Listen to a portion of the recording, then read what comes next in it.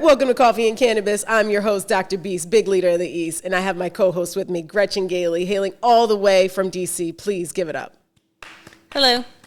So we are at Lumen Community Cafe, and we have our political series that we're doing. And I shared that, typically we would go and get our coffee from another place, and we would have whatever cannabis we're smoking. But we are going on a worldly tour and checking out all of the different coffee shops and, community areas in different neighborhoods in Jersey. And I got my nice little pipe going. They made us this wonderful cafecito. Mm-hmm. And now I have Gretchen, who is going to be our expert during this series because, I know what I know, but Gretchen being in the swamp. I love the swamp. And I would say expert is a broad term. Well, share a little bit about your experience. You guys probably seen Gretchen around with me a lot, and we've done a lot of work, but just share with them, your background. So I've been in D.C. now over 20 years. I came here right out of school. I was a journalism major at Penn State and then came to Washington and worked for NBC News. And doing some of the political stuff, I worked on various presidential campaigns, but then also worked for Fox News for a number of years. And the bulk of my career was as a field producer, so always behind the scenes. And I was general assignment, so I would go cover, disasters and shootings and all sorts of crazy stuff. But when you're based in Washington, 99% of your life is politics. And so it's always covering stuff on the Hill and whoever comes to town and what the president's doing and the various agencies. So that definitely gives you a good primer in how things run. And I was a journalist for roughly 12 years or so. And then after that, I needed to slow down. I was so tired of news. And I love news. I can't get enough of it. Truly. It's kind of sad how much news I still watch. But working for a 24-hour cable news station, that's like your whole life. You get up in the morning for a morning shot. You're starting at 4 a.m. and you might be going till 2 a.m. when you're doing West Coast stuff. So it's a grind working in TV news. So I went to the Hill. I went into politics to slow down. Which most people do not go to Capitol Hill to slow down. And whenever I told people that, they would just be like, are you serious? I'm like, bless your hearts, you think this is tricky. Because in my mind, Capitol Hill is pretty 9 to 5.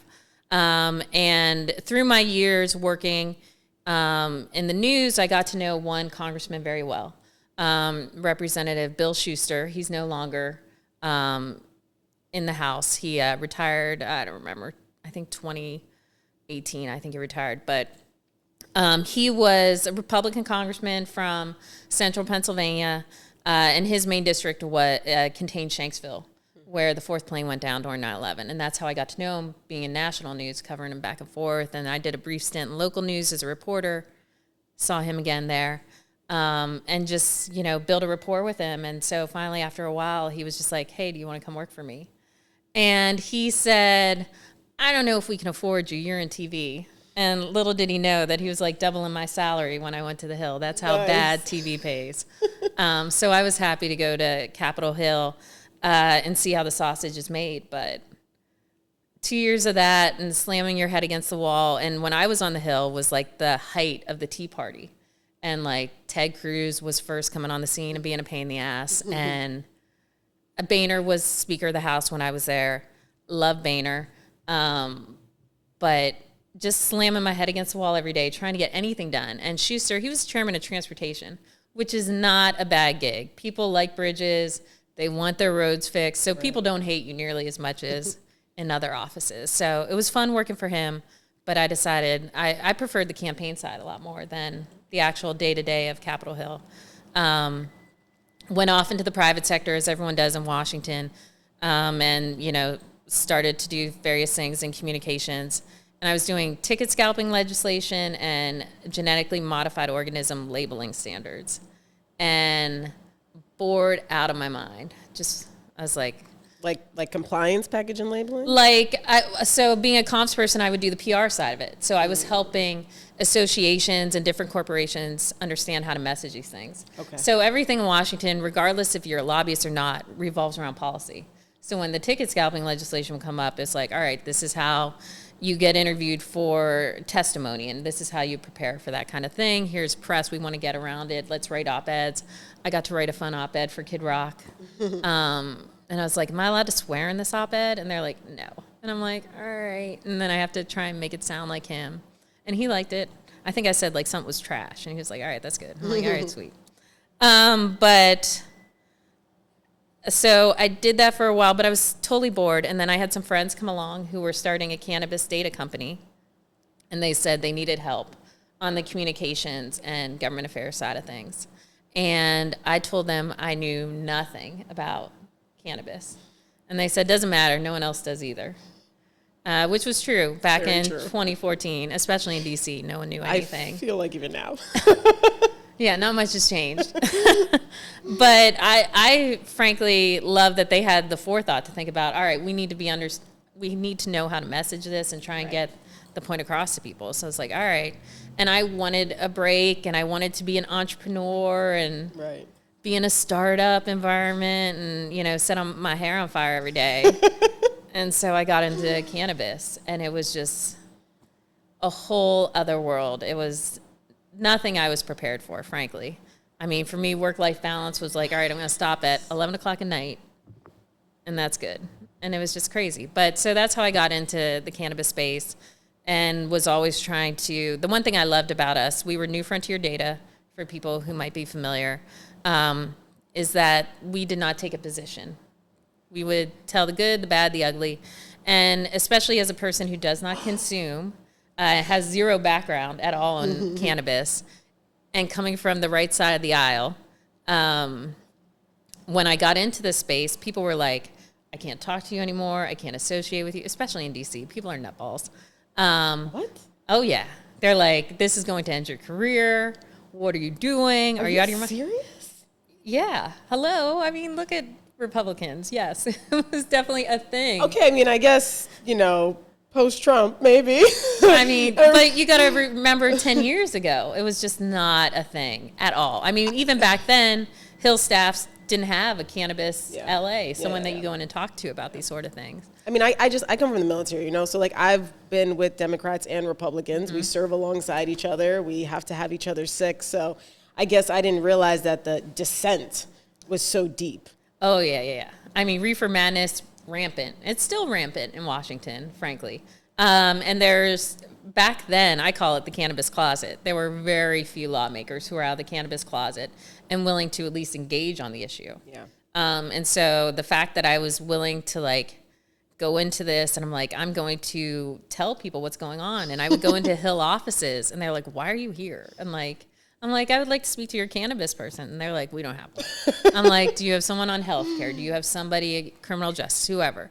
And then they'd be like, why are you here? And I'm like, I just want to inform you of this industry exists. Right. We are a data company. We want to be a resource. We want to answer your questions. What don't you understand? Right. And they're just like, I don't get this whatsoever. And they're like, I don't understand. I'm like, I'm not here lobbying for anything. I just want to help. Right. And they're like, whoa, this is not. And Schuster, love him to death, but he even said to me, this is a fad. Just forget this cannabis thing. And I was like, I got this. I'm all right, sir. When I told my mom I was going into cannabis, she was like, Mary Jane? And I was like, yes, Mom. She's like, are there benefits? I was like, yes, it's a real job. This is a thing. It's a real job. So, yeah. So coming into Washington and saying, I'm here to talk about cannabis blew people's minds. Yeah. And the fact that I would put it on my resume and talk about it. And friends who I lost back then have come back around and they have, okay, you're not, pushing the devil weed. You didn't become a drug dealer. This is all right. Yeah. They're good with it. All that. And like, you not only do you not touch the plant, but you don't even smoke or consume the plant in any fashion. Not at all. And people are like, some of my favorite reactions would be like telling my church back home in Pittsburgh what I do. And they're like, whoa. And then they're like, what do you mean? And I'm like, marijuana. And they're like, you talk about it? This is something you advocate for? And it's like, that's one thing that this industry, even to this day, fails to understand. The East Coast is not nearly as entrenched as like California was, or the West Coast Right. when they came about with legalization. Right. And so trying to get just regular Joe Schmo consumer to understand, this can be used as medicine. Right. This can be helpful to you. It just blew people's minds. Yeah. And they still don't get it. And they still, if you're not a regular consumer, they don't know the difference between THC, CBD. Right. They don't know various strains, what all these names mean. They got nothing. Yep. And this industry, in my mind, has not done much to help educate the general public on the benefits of the plant, which is, I think, what's also greatly hurt us politically and not helped us to move forward at all. Right. But yeah, we're trying. So that's what I do. I try to help people understand, and it's either through the media, writing for other folks and helping them understand things, or I talk directly to lawmakers and I'm like, all right, what do you not grasp? Right. And it's always interesting conversations with folks, even the ones who are advocates, who are for us. Their level of understanding, they're like mind blown when you tell them, I can't get a bank account. I don't even all I do is talk about weed. I don't touch it, don't do anything. I've been debanked 4 times. And they're like, what? And I'm like, yeah, it's a thing. So I think, going back to your background, so we have news, and then we have getting into politics, and then you have transitioning fully into weed. Yeah. And now it's been over 10 years. 10 years. You're still here. I'm still here. I don't know why. You're still fighting for a plant you don't consume. Correct. Why? I mean, so my real turning point, and I don't want us to get, sad and weepy, but I had a friend who, she had uterine cancer. And this was about 2 years into my time in weed. And this is also at a time when Virginia still didn't have it, Maryland didn't have it.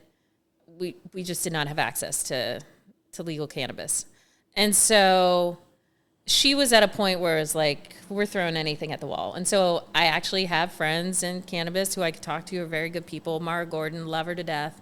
Amazing scientist, great at this sort of thing. I reached out to Mara and I'm like, hey, can you help me get the right type of cannabis she needs? Can you figure out what type of a dosing we should do? Where do we even begin? Right. And Mara did help me, but Mara's, of course, out in California. And so trying to get to somebody who could give me exactly what I needed was insane. She set me up with a guy, and I don't know if he liked smoke and mirrors, but I literally had to meet this dude, like in the woods, in the middle of nowhere, in Maryland, like around midnight. And I'm just like, why? I don't know. Because we're trafficking in this horrific, illegal substance. And he was giving me oil. And I'm just like, but I'm like, this is literally the beginning of a movie where you're about to get killed. Right. Dateline, I hope they have a good picture of me because this is the end of me. But I'm like, my friend needs this. I'm going to do everything I possibly can to help save her life. Yeah. And if not even save her life, but just better quality of life. Right. And she ultimately, in less than a year, she passed. And to me, it was so insane. Did it give her relief? What was her experience like with you just making that connection? She was an older lady. Okay. But sadly, she was also scared to take it because she has heard of so many stories and she probably hadn't done cannabis in so many years. Right. And she's like, I'm like, I am so positive that this is going to help you, make you feel better. She was so high on so many drugs and opioids that they pumped into her body. She was begging to die. And I was like, I'm so positive this will help you. I'll take it with you. I don't consume it all. And I'm like, if you want me to sit there, hold your hand, and we're going to do this together, let's do this. And I think it helped her slightly in the end, but it was truly, too little, too late at that point. And she was also, we were looking at doing various things with her at Johns Hopkins. And the trials at Hopkins are like, if she takes cannabis, she can't be in these trials to get this experimental medicine. It was just like all this stuff if we did this. And so she only did it a few times, but in my mind after that, it was, and I have connections in the cannabis space. If I have to go to these lengths to try and get my friend medicine, what does a regular person have to go through? Yep. Where would they even begin? Yep. And so that's really what turned me to the advocacy side. I'm like, I'm going to fight for patients. There's no reason at all. If you think smoking elephant shit is going to make you better, you should have that opportunity. The government should not be standing in that way. Yeah. And so that's how I turned into the advocacy side. I had a customer who came in the other day, and he was like, "Oh my God, I love that I'm in here. Like, where would I be?" And I was like, "A Home Depot parking lot at 9 p.m. waiting Yes. for the plug." It's crazy. It's insane. Yeah. And especially if you're a patient, not knowing at all what might help you. Exactly. I mean, you're going to get a baggie from some guy on the street corner and hope it's the right thing. Yep. Yeah, it's really sad, but I think, one great thing I love about our relationship is, when we started working together, that was something that we really came to the forefront with, was leading from a PR aspect, but with politics and engagement and activation in mind. I feel like it served, me well and the brand well, and our approach when you look at a state flipping and what people do for their rollout to build their brand, whether it's their personal brand, their business brand, all the things. And it really illuminated my eyes to advocacy. I think maybe in the beginning, you remember I used to always be like, "Don't call me an advocate," because I feel like you get that stamp. Sure. And I really wanted to always be like, listen, I'm a entrepreneur and I'm a professor, I'm an educator, and I'm just using these vehicles of what I do and my voice to take those skill sets and illuminate it for people, right? But the reality is that it is advocacy in a sense. It goes out to the masses, but there is something really, really special that is that's the thing that gets things done. And I think enough of us don't really, even for me. Sure. Can you explain why you feel like that's the piece that so much of us are missing in cannabis? When I look at what really helped us get legalization passed in the beginning, it was patients, it was moms with kids, it was things that politicians could relate to. Politicians do not relate to, I just want to get high. They don't relate to stoners. If these guys were stoners, they were stoners 50 years ago, and they have completely forgotten about that. It's just not something they understand. But everyone understands a sick grandchild. They understand, a veteran who's looking for some relief. I think where we have gone completely wrong in cannabis has been trying to push for full legalization on the federal level. I don't know why we never started with a national medical bill, because every other state has done it. That's the pathway you go. Right. And I think it helps people to see that the sky's not falling. You can regulate it. Right. But we're just like, nope, full blown. That's what we want federally. Yeah. And I don't think that works at all. I think if lawmakers can see how it can benefit patients, how it can help, then it would have so much more power. And personal stories matter. I mean, you've been to the Hill with me. You've walked around. And sure, I talk to them all the time about, it's very expensive, 280E sucks, yada, yada, yada. But when I have an actual business owner standing in front of them saying, I spent $70,000 on a safe that no other business would ever have to buy, that finally starts to paint a picture for them. And they finally start to get it. They can see those tangible things. When I talk to, recently I've been pushing on McCormick and Moreno, two new Republicans on the Senate Banking Committee, to care about safe banking. Why? Because they're businessmen, so they understand stuff. And it's like my partner, Don Murphy, I'm like, can't get a mortgage. This is the first time in his life Don cannot get a mortgage. And that's because we have vocally been out there on cannabis in the past few years, a lot. And the fact that he just mentions it. And Don has been a state lawmaker. He's done all sorts of shit. He's been in cannabis over 20 years, but he never had cannabis next to his name until I told him to put it there. My bad, Don. And he can't get a mortgage now. And so for those Republicans to be like, what? Yeah. This nice guy who comes in, who's been talking to us, comes every week, you can't get a mortgage? And it's like, why not? And they're like, then they can see there's something wrong with these laws. Right. That they understand. 280, they're like, whatever, I'm busy. Right. But like when you can help them really see a tangible story, then I think they can get a lot more on board. And like, this is something I can fix and help with.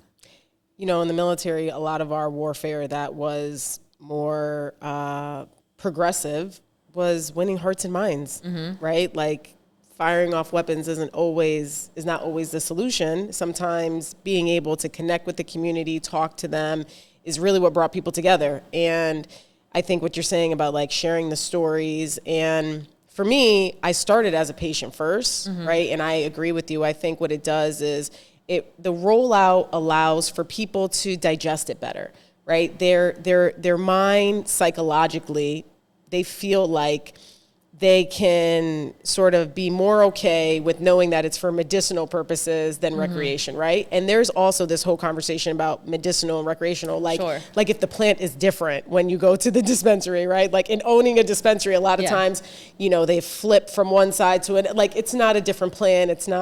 It's just how the government's regulation has it separated. But for other people, when they just hear that it's for medical reasons, they can just rationalize it better. Yeah. Right? And the reality is that it doesn't matter if I agree with it or not. It's the masses, and we need to meet people where they're at. Right. And I think that's the most critical component, is that we have our own bias and our own driver for our passion in this industry, whether it's social justice, advocacy, from a financial and business lens, and that's all we care about, whatever it is. And I think that's what starts to fray us, is that we can't find the connectivity. Right. And you and I talk often about, Republicans, Democrats, all of that division.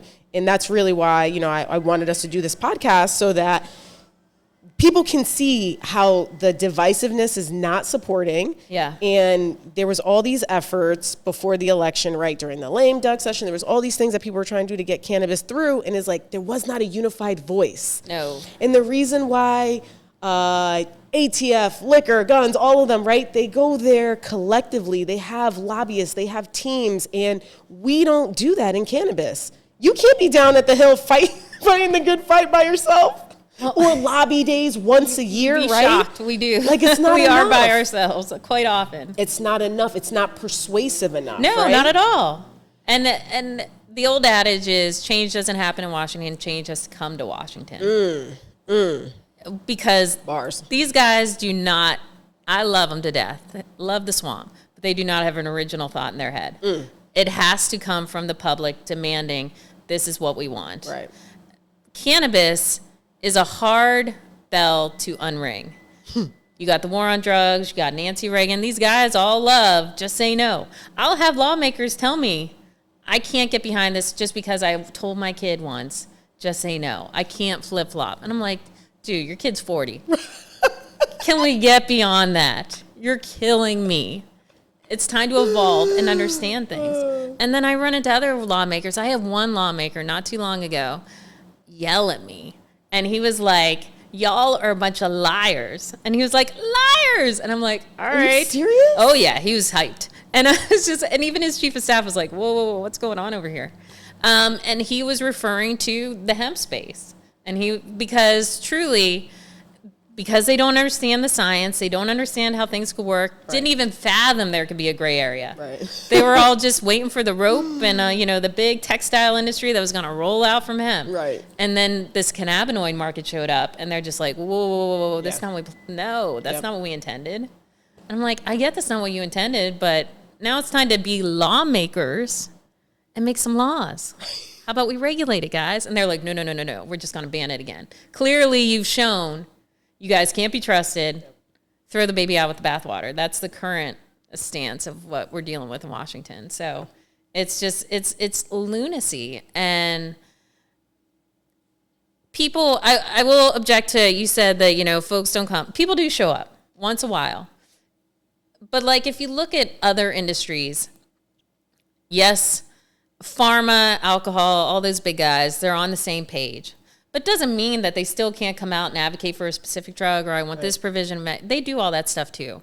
But there is a unified voice. And I think, and people hate me for this, I don't care. I'm used to being hated. I used to work at Fox News. I'm good with being on the dark side.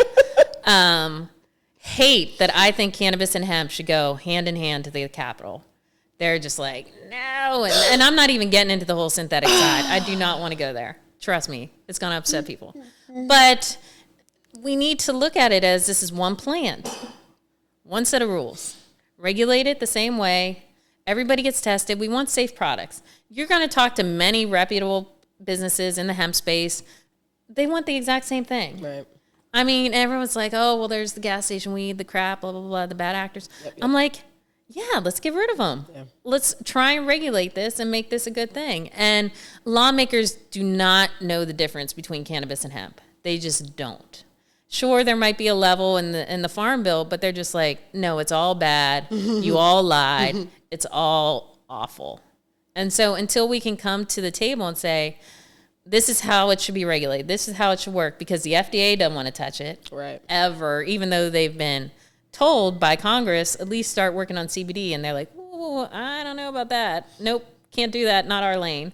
We're like, whose lane is it? And they're like, I don't know. Right. I mean, that's what, you cannot make up the idiocy of Washington. I love it. It keeps me going every day. And like, my mind is blown. And it's, if I did not have that, I don't know what I would do. I'd be so bored.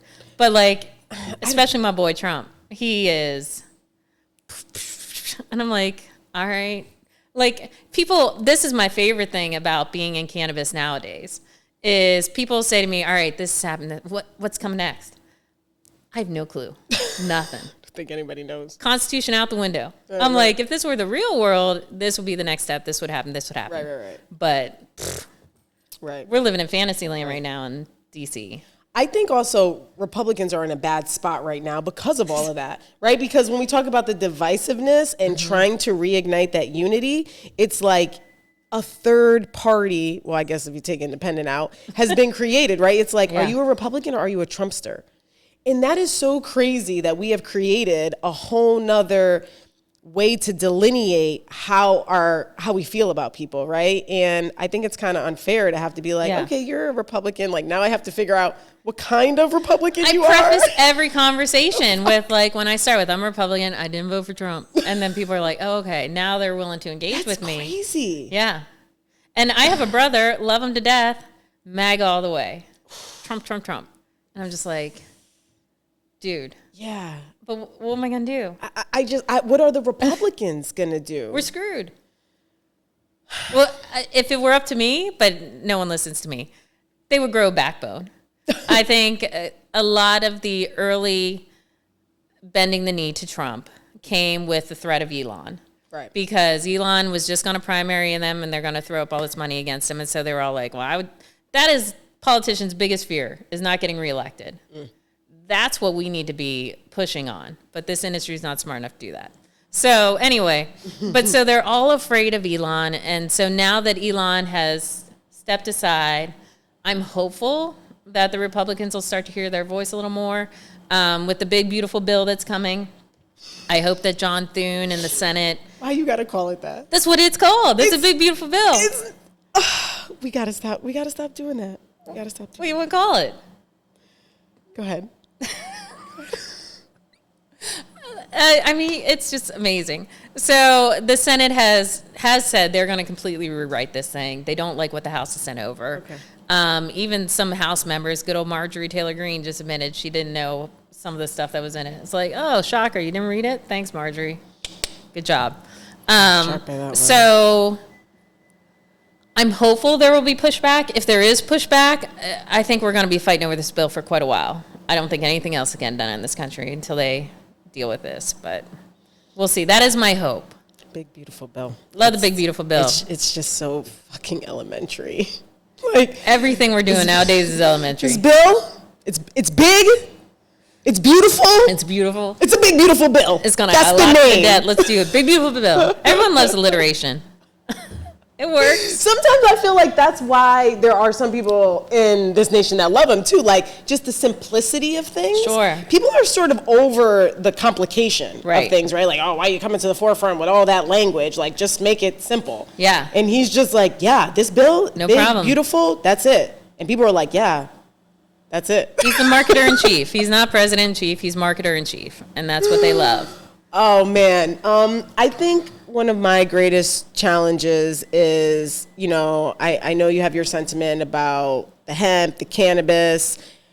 My argument is that consumers are confused. Sure. Right? They don't understand. And if we're looking at lawmakers not understanding, that's fine. That's like a very small population when we talk about the population at large, right? And those people not only do they not know what hemp cannabis is, they don't know what THC is, THCA. They don't even realize that that is just a compound change from the, being ignited by being decarbed. Sure. They call it, right? All of and then you have all the cannabinoids. Like, it's just too much. Right. And I want consistency, like when we talk about Texas, and then PA, and then all of what the East looks like, and then Canada has some changes. Like, there has to be some consistency, right? So that the consumer can receive something. It's like we're always changing. Yeah, I mean that's what you're going to get with these state by state bottles, right? Which does not help whatsoever. And the other huge issue in cannabis is the lack of money. Right. So there's no money to educate, to spend the time, to help people understand what's going on. It's also, it's like the ego is killing this place too. But it's not just the ego in cannabis, it's ego in government. Everybody who has the opportunity to have a state model wants to come to the forefront with their messaging, like, well, we are the leading, right? We're the leading model that others want to follow and blah, blah, blah. And that's been like a big charter in Jersey. Like everybody has been toting how great we've done it here.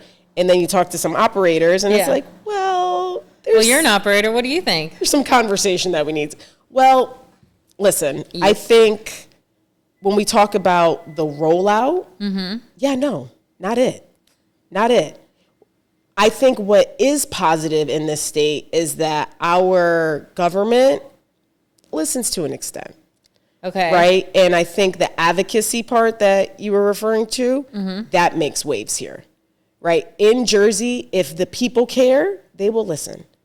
But I think in other places, like Texas, people have shown that they care and they still don't listen. And I think that's also what makes people not understand or want to pursue or pay for advocacy, because there was this, I think she is a representative of San Antonio. Okay. And she spoke during that time at the bill and at the hearing and had said, veterans come to me. Like, I'm in San Antonio, I'm in Military City.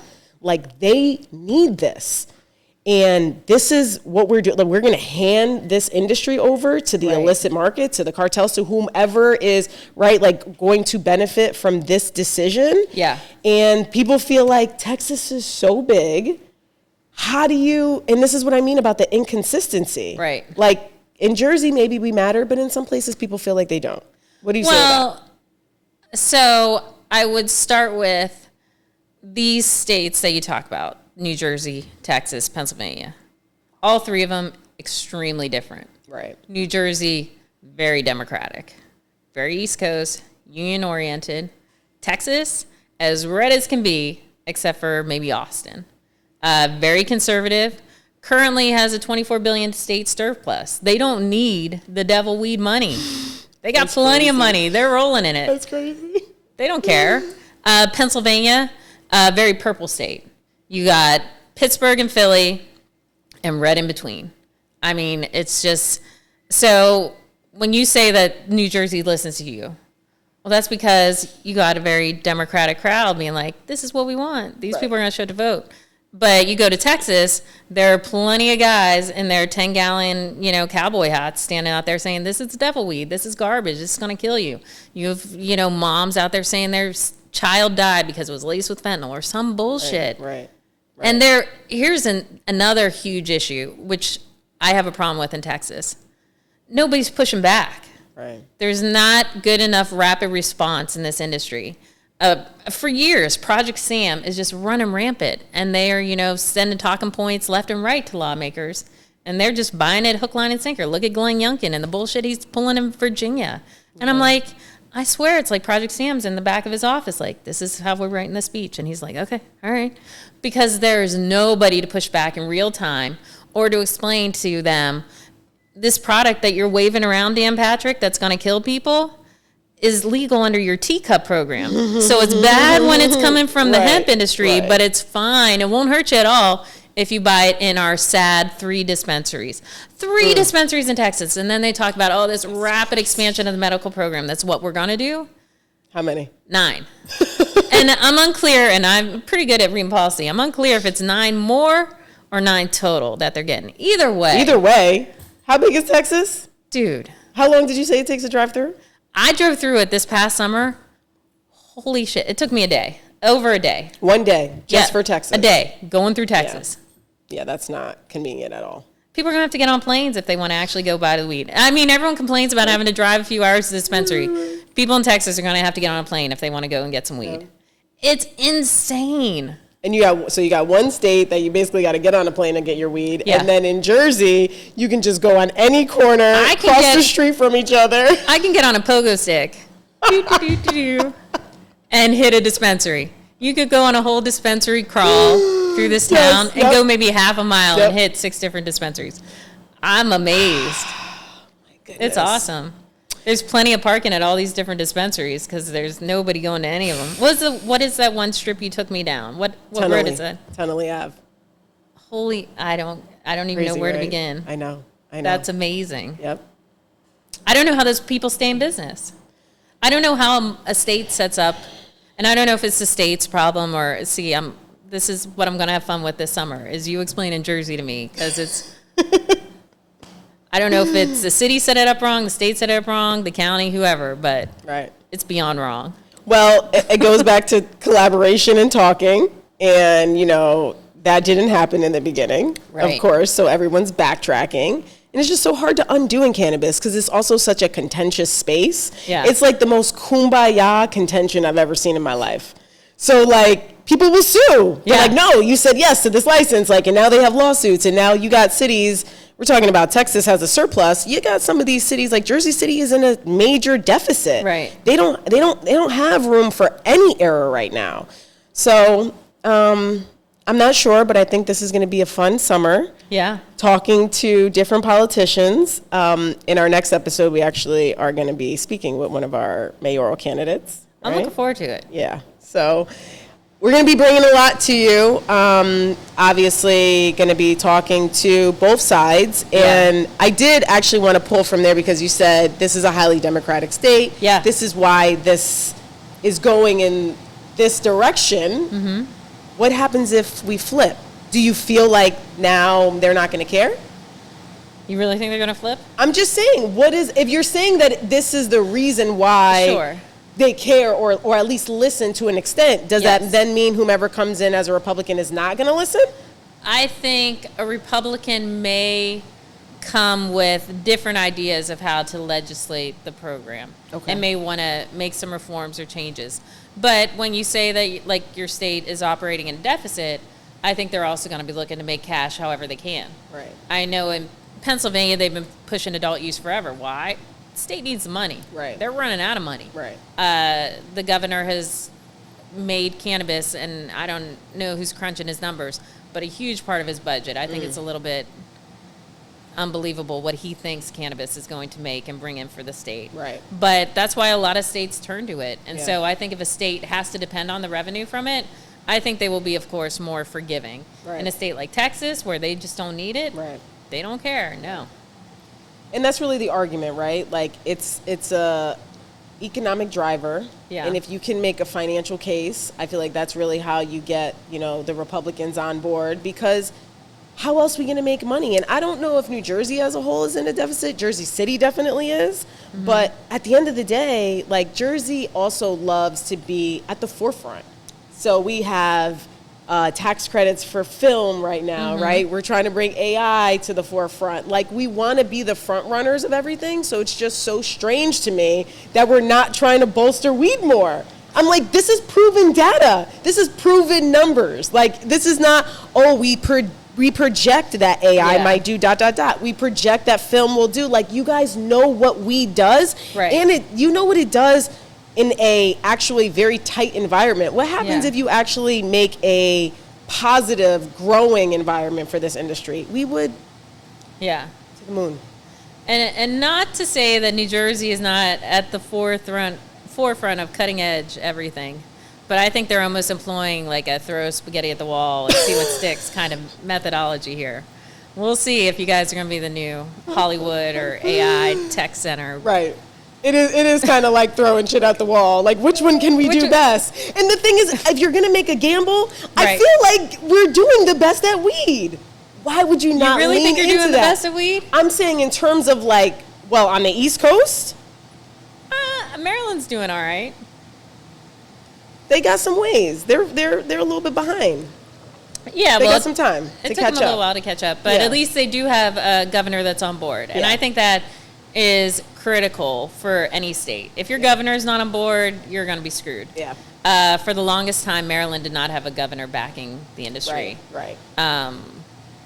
New Jersey, you have your gubernatorial race, so Mm-hmm. I think that's important. If you want to see this industry grow, you're going to need somebody who cares about it and wants to see it flourish. Yep.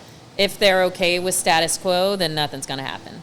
They may not set it back, but they're Right. not going to work to project it forward, which we really need, especially Right. when you're dealing with 280E and various federal issues. You need a governor who's really going to back you to try and find solutions at the state to Right. help counteract those federal problems. Right. So, What would you say to operators or people that have that sort of level of involvement in this space? What would you say to them, specifically in Jersey? like, I appreciate when operators try and educate their consumer who's coming in, and they might start a campaign or saying, oh, here, take a look at this. But honestly, what I would love is for them to push more in the community. Like, cannabis needs to be involved in the outside world. It cannot just be inside the walls of their dispensary. Yeah. They need to be a part of the state fair. Yeah. You know, they need to show up, and even if it has nothing to do with cannabis, if it's sponsoring various things and doing, I know you guys have done in the past, like food drives, or you did backpacks? Tons of stuff, yep. For people to see, oh wait, these people are part of our community. Yeah. This is someone, and then that's when you get to have those outside conversations with people who are never going to walk through the doors of your dispensary. Yep. When you're out there and really involved, I think that's important. And I think it's important also to talk to your lawmakers, your politician, your mayor. They can advocate for us in a way that perhaps we cannot. I think one thing that makes me a strong advocate specifically is that I don't consume. And so I'm like, all right, I'm not in this just to get high. Right. But, and not to say that you are, but when you show up to town and talk about your business or talk about, your needs as a patient, that gives them wiggle room to be like, she just cares about making money, or she just cares about being high or something. Right. But when you have a lawmaker or a mayor showing up and saying, this is going to change how my state does business, or we Right. can do more, I think that helps put a bigger voice on to things. Right. And not to say that we shouldn't be. We need to be out there. Right. We need an all of the above approach when it comes to advocacy. It can't just be lobbying. It can't just be, crazy people showing up and doing a smoke out. That never works. Dude.